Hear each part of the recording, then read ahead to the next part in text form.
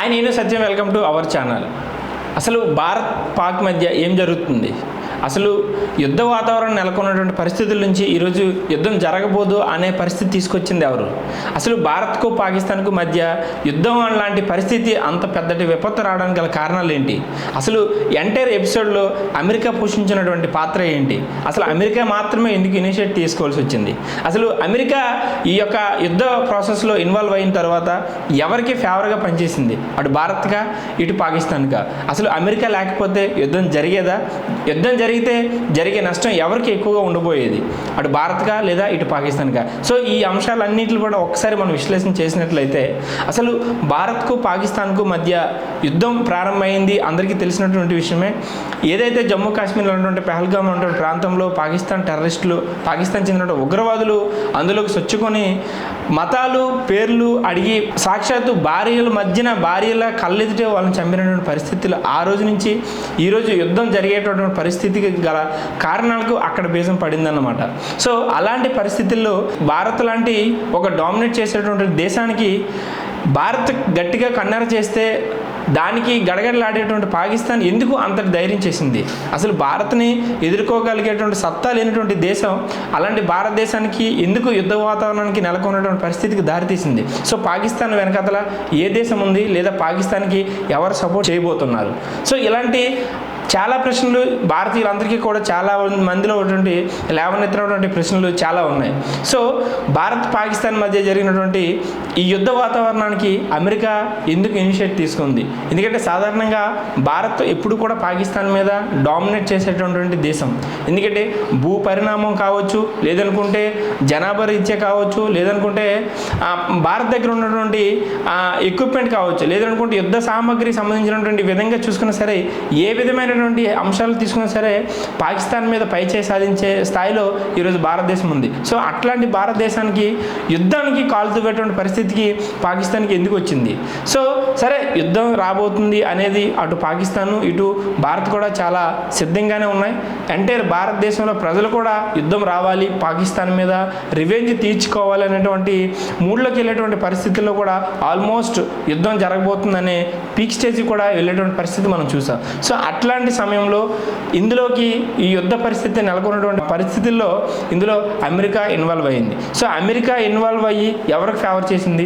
ఇటు భారత్కా లేదా పాకిస్తాన్కా? అంటే చాలామంది భారతీయుల నోట వచ్చే మాట ఒకటి, అమెరికా ఎందుకు ఇందులో ఇనిషియేట్ తీసుకొని యుద్ధం జరిగే పరిస్థితుల నుంచి ఈరోజు యుద్ధ వాతావరణం నెలకొన్న శాంతియుత పరిస్థితి నెలకొల్పే ప్రయత్నం ఎందుకు చేసింది అనేది కూడా ప్రతి ఒక్క భారతీయుల్లో కూడా నెలకొన్నటువంటి ప్రశ్న.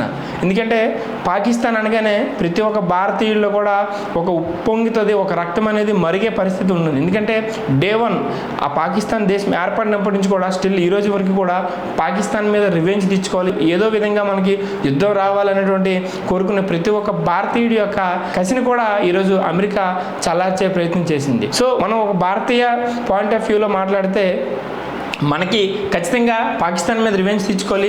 అది ఏ విధమైన యుద్ధం కావచ్చు, లేదనుకుంటే ఫర్ ఎగ్జాంపుల్ ఒక విధంగా మాట్లాడుకున్నట్లయితే ఒక క్రికెట్ మ్యాచ్ తీసుకున్నా సరే పాకిస్తాన్ మీద భారత్ చాలా ఎక్కువసార్లు గెలిచేటువంటి పరిస్థితి, అది ఒక రకమైనటువంటి సాటిస్ఫాక్షన్ ఇచ్చేది ప్రతి ఒక్క భారతీయుడికి కూడాను.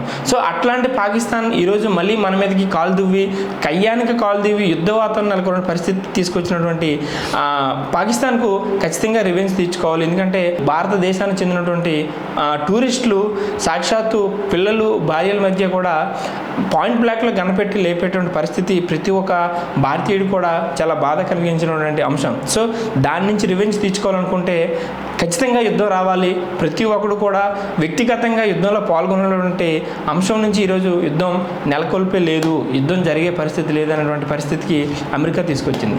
సో ఇక్కడ అమెరికా గురించి మనం ఒకసారి మాట్లాడుకున్నట్లయితే అమెరికా ఎందుకు ఈ పరిస్థితి తీసుకొచ్చిందంటే అమెరికా అగ్రరాజ్య దేశంగా ఉంది, అమెరికా ప్రపంచంలోనే అగ్రరాజ్యంగా ఉంది. అమెరికా ఎవరు చెప్తే ఏ దేశమైనా వినాలి కాబట్టి అమెరికా లాంటి దేశం ఇనిషియేట్ తీసుకొని అందులో మన ప్రధానమంత్రి నరేంద్ర మోడీ గారికి అమెరికా అధ్యక్షుడికి కూడా కొంత సాన్నిధ్య సంబంధాలు ఉండడం వలన కూడా అది కాస్త వర్కౌట్ అయ్యి ఈ యొక్క శాంతియుత వాతావరణం నెలకొల్పడానికి దోహదపడింది అనేది కూడా మనం చెప్పుకోవచ్చు. సో ఇక్కడ సేమ్ టైము దేశ ప్రధాని నరేంద్ర మోడీ అలాగే అమెరికా అధ్యక్షుడి మీద కూడా చాలామంది సోషల్ మీడియా ట్రోల్ చేసినటువంటి పరిస్థితి మనం చూసాం. ఎందుకంటే గత 2-3 రోజుల క్రిందట అమెరికా అధ్యక్షుడు ఒక ట్వీట్ చేశారు, ఇక్కడ యుద్ధం జరగబోదు, సో ఇరు దేశాల మధ్య శాంతియుత చర్చలు అవసరము, సో అవి జరిపే ప్రయత్నం చేస్తున్నాం, యుద్ధం జరగబోదు అనేటువంటి రకమైనటువంటి ఆ మెసేజ్ని ఇస్తూ కూడా యావత్ ప్రపంచానికి ఆయన ఒక ట్వీట్ చేశారు. సో ఆ ట్వీట్ చాలా విధంగా మన సోషల్ మీడియాలో కావచ్చు లేదా సర్టన్ మీడియాలో కూడా చాలా వైరల్ అయ్యింది. సేమ్ టైం నరేంద్ర మోడీ గారి మీద కూడా,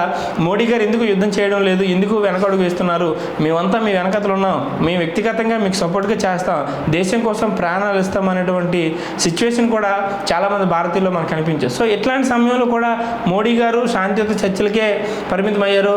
అలాగే అమెరికా సూచన ప్రకారంగానే శాంతియుత వాతావరణం నెలకొల్పాలనేటువంటి అంశం మీద ఆయన స్టాండ్ అయి ఉన్నారు. కాబట్టి సో సేమ్ టైం దేశ ప్రధాని కూడా విమర్శలు ఎదుర్కోవాల్సినటువంటి పరిస్థితి మనం చూసాం.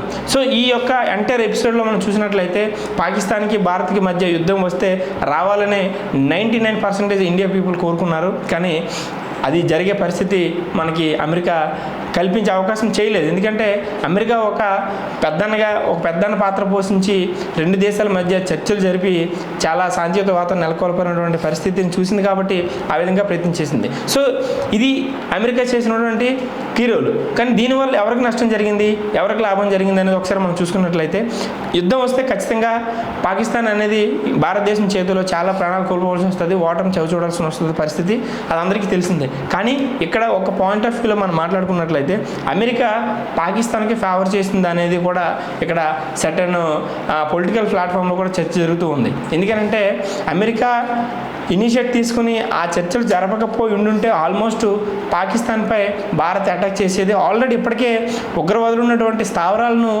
ఎయిర్ స్ట్రైక్తో భారతదేశం వాటిని కొలాప్స్ చేసి వాటిని కొల్లగొట్టే ప్రయత్నం చేసింది. అందులో సక్సెస్ అయింది కూడా. అందులో చాలామంది పాకిస్తానీలు ఉగ్రవాదులు చాలా ప్రాణాలు కోల్పోయిన పరిస్థితి మనం చూసాం. సో అట్లాంటి పరిస్థితి నుంచి ఇంకా పాకిస్తాన్ కాలు బేరంకి వెళ్ళాలి అనేది ఇండైరెక్ట్గా పాకిస్తాన్ వెళ్లకుండా దాని వెనకాతల అమెరికా ఉండి ఖచ్చితంగా అమెరికాయే పాకిస్తాన్ ఫేవర్గా మాట్లాడి ఇండియాని చల్లబరిచే ప్రయత్నం చేసింది. అలాగే దేశ ప్రధాని అలాగే త్రివిధ దళాలతో కూడా చర్చలు జరిపి ఖచ్చితంగా ఈ యొక్క పాకిస్తాన్కి భారత్ మధ్య వాతావరణాన్ని శాంతియుతంగా చేయాలనేటువంటి ఒక కాన్సెప్ట్తోనే పాకిస్తాన్ బ్యాక్డ్రాప్లో అమెరికా అనేది ఒక చర్చలు జరిపింది అనేది కూడా చాలామంది నుంచి విమర్శలు ఎదుర్కొన్నటువంటి పరిస్థితి. అయితే ఇప్పటికీ పాకిస్తాన్కి భారత్కి మధ్య యుద్ధం ఆగిపోయిందా, కాల్పుల విరమణ ఆగిపోయిందని అనుకుంటే ఇప్పటికైతే ఆగినట్టే మనకు అనిపిస్తుంది. కానీ అక్కడక్కడ కూడా పాక్ కాల్పులు జరుపుపోతుంది, అలాగే డ్రోన్స్ ఎగరవేస్తుంది అనేది కూడా మనం వార్తలు చూస్తూ ఉన్నాం.